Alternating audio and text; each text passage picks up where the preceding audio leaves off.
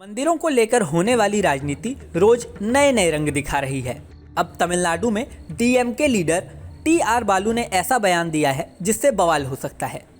पूर्व केंद्रीय मंत्री टी.आर. बालू ने एक कार्यक्रम में कहा कि मैंने 3 मंदिरों को तोड़ा है। उन्होंने ये भी कहा कि मुझे मालूम था कि मुझे वोट नहीं मिलेंगे। मुझे इस बात की धमकी भी दी गई कि आपके वोट कट जाएंगे, फिर भी मैंने ऐसा किया। ऐसा मैंने विकास परियोजनाओं के लिए किया। टी.आर. बालू मदुरई में एक कार्यक्रम को संबोधित कर रहे थे। उन्होंने कहा, मेरे निर्वाचन क्षेत्र में जीएसटी पर सरस्वती मंदिर, लक्ष्मी मंदिर और पार्वती मंदिर स्थित थे। इनको तोड़ा गया। मैंने ही इन तीनों मंदिरों को तोड़ा। मुझे पता है कि वोट नहीं मिलेंगे, लेकिन मुझे ये भी पता है कि वोट कैसे लेने हैं। मेरे समर्थकों ने मुझे चेतावनी दी कि अगर मंदिर तोड़े गए तो मुझे वोट नहीं मिलेंगे, लेकिन मैंने उनसे कहा कि इसके अलावा कोई रास्ता नहीं है। विकास परियोजनाओं को पूरा करने के लिए इन मंदिरों को तोड़ा गया। हालांकि इसके बाद डीएमके सांसद ने मंदिर बनवाने की भी बात कही। उन्होंने कहा, मैंने एक मंदिर की ज़रूरत बताई। मैंने बेहतर सुविधाओं के साथ बेहतर मंदिरों का निर्माण कराया।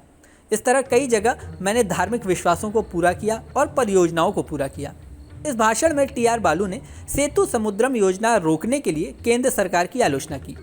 उन्होंने कहा, इस महीने की शुरुआत में तमिलनाडु विधानसभा में एक प्रस्ताव पारित कर केंद्र से सेतु समुद्रम परियोजना को बिना किसी देरी के लागू करने का आग्रह किया गया था।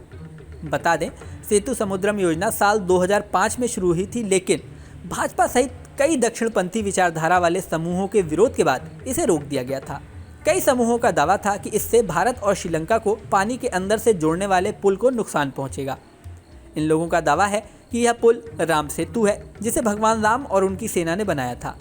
विरोध के बाद सेतु समुद्रम योजना रोक दी गई थी, लेकिन टी.आर. बालू ने दावा किया कि इस योजना को दोबारा शुरू होना चाहिए, क्योंकि इस योजना से भारत को करोड़ों रुपए का फायदा होगा। इस भाषण में टी.आर. बालू ने एक और विवादित बात कही।